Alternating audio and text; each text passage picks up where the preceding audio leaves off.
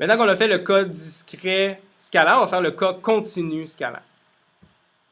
Donc, le deuxième cas, où là, dans ce cas-ci, la variable aléatoire ne prend pas un nombre fini ou un nombre énumérable de valeurs, mais prend sa valeur dans un ensemble continu. Donc, j'ai une variable aléatoire z. Ces valeurs appartiennent à un ensemble continu que j'ai appelé i ici quelconque. Ça pourrait être les réels, par exemple. Ça pourrait être l'ensemble des réels de moins l'infini à plus l'infini. Ça pourrait être de 0 à l'infini, peu importe. Donc, c'est une variable continue qui a une fonction de densité P de z, que je connais. Et puis, je vous rappelle aussi que si j'ai une fonction de densité, j'ai aussi une fonction de répartition. La fonction de répartition, ça correspond à quoi? C'est la probabilité que ma variable aléatoire soit plus petite qu'une certaine valeur z. Donc, c'est quoi? C'est l'intégrale de la plus petite valeur possible pour ma variable aléatoire jusqu'à z de ma fonction de densité. Donc, ici, c'est x à la place de z, juste parce que j'avais déjà un z ici qui se trouve là. Donc, je fais l'intégrale de ma fonction de densité de la plus petite valeur jusqu'à z. Ça, c'est ce qu'on appelle la fonction de répartition. C'est la probabilité que la variable aléatoire soit plus petite que z. Okay? Donc, je dois échantillonner de cette variable aléatoire-là, définie ainsi. Encore une fois, l'algorithme ne sera pas très compliqué. Premièrement, j'échantillonne de mon générateur de nombres aléatoires uniformément dans l'intervalle 0,1.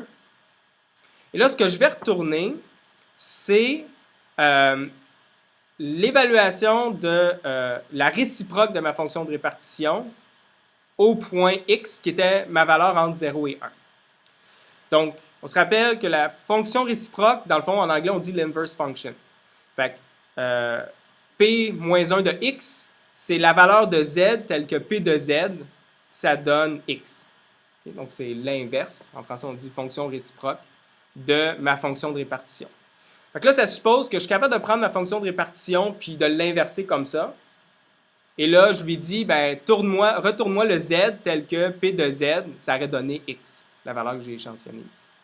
Et ça va être mon échantillon. C'est ça que je retourne. On va faire une simulation. Donc, première chose que je fais, je génère un chiffre entre 0 et 1, x, on trouve ici.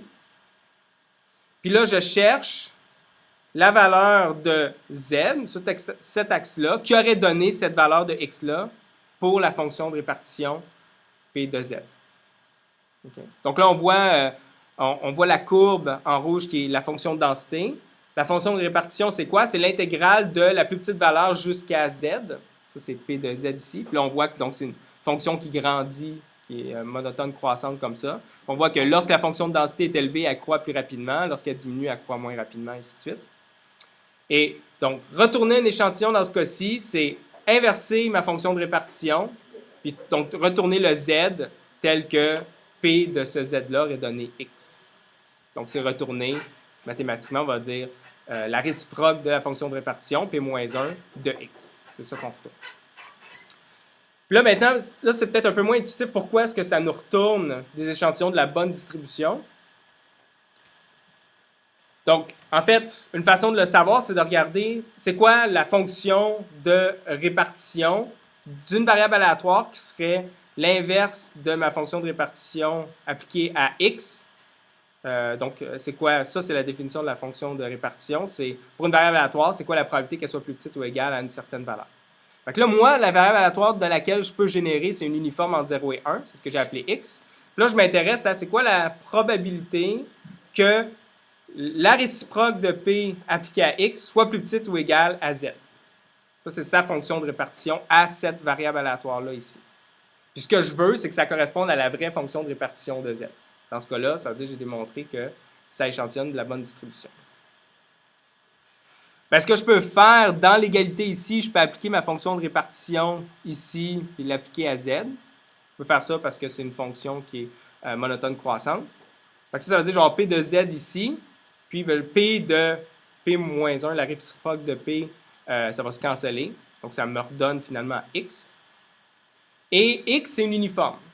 Donc la fonction de densité de x entre 0 et 1, c'est 1. Donc, la probabilité que x soit plus petit ou égal d'une certaine valeur, c'est l'intégrale de 0 jusqu'à cette valeur-là de 1. Mais c'est égal à quoi? C'est égal à p de z. Donc, on a bel et bien qu'en générant des variables aléatoires comme ça ici, sa fonction de répartition, c'est exactement la fonction de répartition de ma variable aléatoire z. Donc, je génère de la bonne loi.